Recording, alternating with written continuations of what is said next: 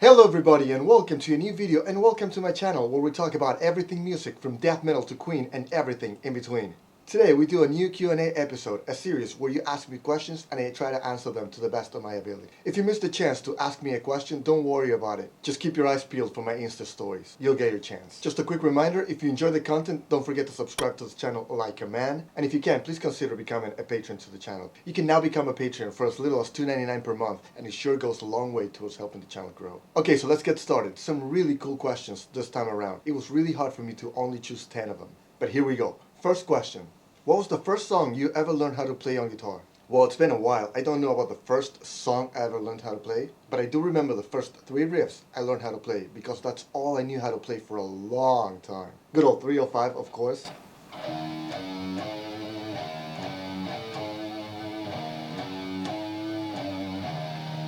Which is a simple way to play Smoke on the Water, of course. Then Mission Impossible, which had just come out on the theaters.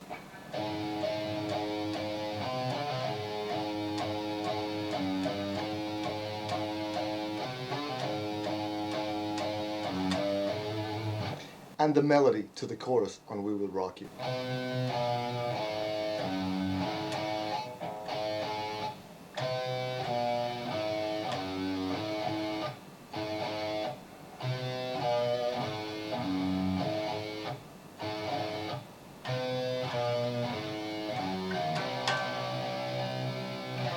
I drove everyone crazy at home with those. Have you listened to the new Suicidal album? Hell no!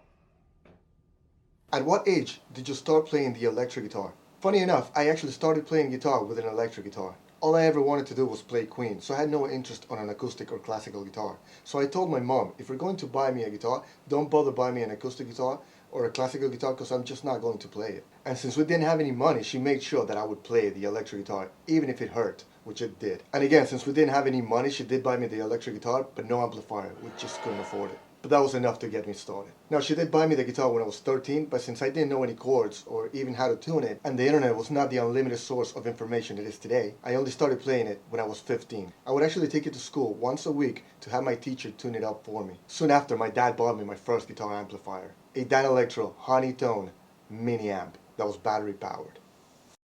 How do you keep yourself motivated in improving your guitar playing and techniques?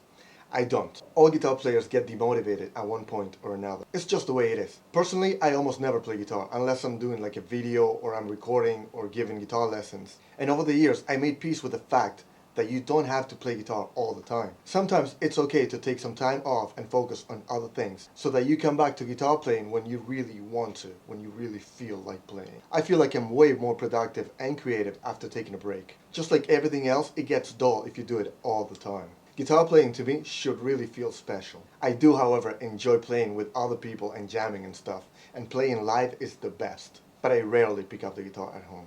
Dual rec or 5150? Put your hands together. Okay, go. I gotta ask. The girl from the Xerox place, buck naked, or a big tub of jam? Put your hands together.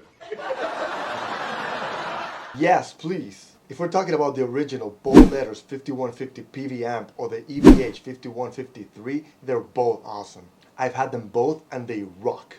I only sold my 5150 because I got good money for it and I really needed it back then. It could have just as easily been the Mesa 2 if somebody asked for it, cash in hand. Now, thanks to one of my buds who's also a member of the channel, I actually own a 5150 315 watt amp and it rules, man. So that one kind of filled that spot. So that's awesome. Thank you very much, bro. You know who you are. But yeah, to answer your question, I can't decide. They're both awesome. If you were to do a one-man band, what genre would you play?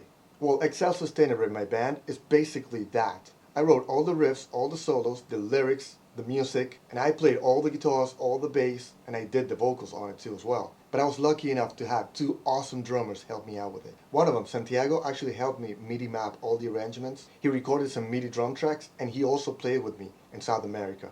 And Roy was the original drummer for Serpenthorn, my ex-band. And he helped writing some of the original arrangements, and also, of course, he played the North American tours. By the way, the band plays brutal technical death metal. What do you think about modeling systems like the Axe-FX 3? I've never actually played any of the Axe-FX stuff. I did, however, get a chance to play one of the campers at the last NAMM. and it was pretty awesome. But I didn't really have time to mess with it a lot, and there's definitely a learning curve to them. I wish I could own one or play around with it a little bit more so that I could really tell you how I feel about them, but just like plugins, they seem to be getting better and better every year. When was your first gig and how did you feel? That's a great question. It depends on how would you describe a first gig. Back in elementary school, I was often chosen to sing at different events and stuff. I have no recollection of how I felt then, but I remember it just being like a chore, something I just had to do. It was basically like an assignment, singing someone else's song. No pressure there.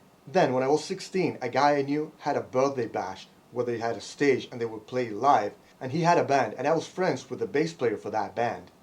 And for some reason, they really wanted to play Painkiller by Judas Priest, and they knew that I kind of knew how to play the solo, so they asked me if I would go on stage and play with them. And of course I said yes. That one song invitation ended up being like 3 songs and a jam that was really fun. Then when I got off stage, this older dude came up to me and said, "Hey dude, are you in a band?" And I said no. So he said, "Well, you better put one together soon because I want to be your manager." So our first actual gig was about 8 months after that at a skate park. We were under-rehearsed, we played 2 songs that we were still working on and a few covers. So yeah, I was kind of nervous before going on stage because, family and friends were going to be there and I knew that we weren't ready. But once we got on stage, it was on. We sucked, but people loved it. What's your favorite Megadeth album? It varies, really. I am working on a Megadeth studio albums video that I'll be posting soon, so I'll revisit all of them before I make a decision. But if you want to check out what my favorite albums are by some other bands I've ranked, I'll leave a link in the description down below so you can check it out. And last question, has there ever been a time in your life you had suicidal thoughts or actions? That's a great question. I am happy to say no. Because of the way I am, I can't really fathom that. In fact, I always tell people that I would love for life to last about 200 years, as long as, we're healthy and able to do stuff.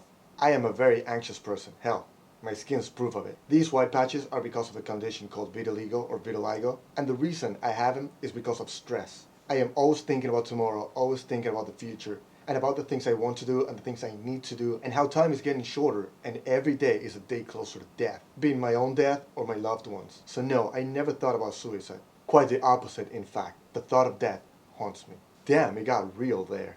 Anyway guys, thanks for watching and thanks for the awesome questions. A special thanks to all of my members and patrons who made the channel possible. And if you enjoyed the content and you haven't yet, please make sure you subscribe to this channel like a man. Do it! Do it! Come on! Do it now! I'll see you guys next time. Pat out, metal on, dudes.